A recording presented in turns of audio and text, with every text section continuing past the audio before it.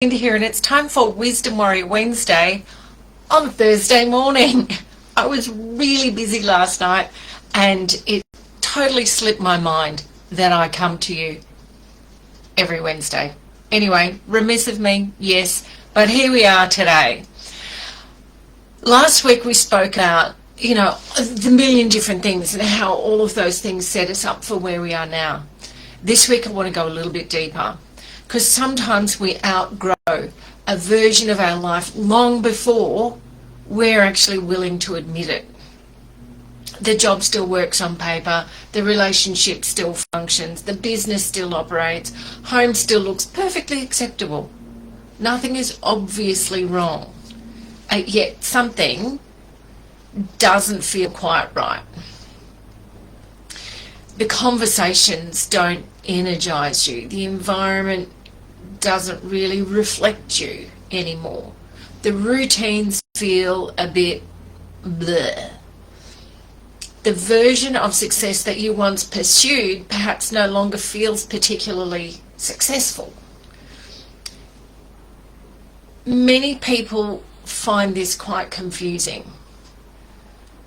And sometimes that is actually the clarity that's arriving before the courage to change.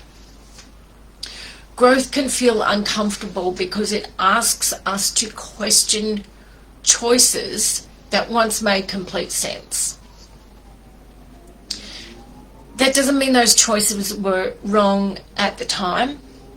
It means they belong to a different version of you. Outgrowing something doesn't mean that you're ungrateful or disloyal or difficult. It actually means that you're paying attention to the person you are becoming. All those things make change in your life so that you are evolving as a human being. That's part of the resilience abilities framework that is in my second book, Resilience as a Verb. I don't look at resilience as a point of bouncing back. I actually look at resilience as a process of evolution. And so in all of this, it means that you're paying attention. You're paying attention to your life, to you, to where you're going, where you've been, where you're going, to how you want to even get there. But the real challenge, perhaps, is deciding whether you will keep forcing yourself to fit into the life that you've built, or are you going to take the next courageous step and begin redesigning your life around the person that you have become and the person that you're growing into? Interesting question.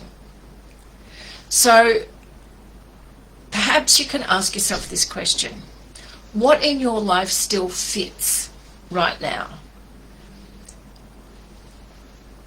And what parts of me or you are we potentially afraid to change? And maybe even ask ourselves why. They're really big questions that need a lot of thought and really big answers. I'm Belinda Shaw.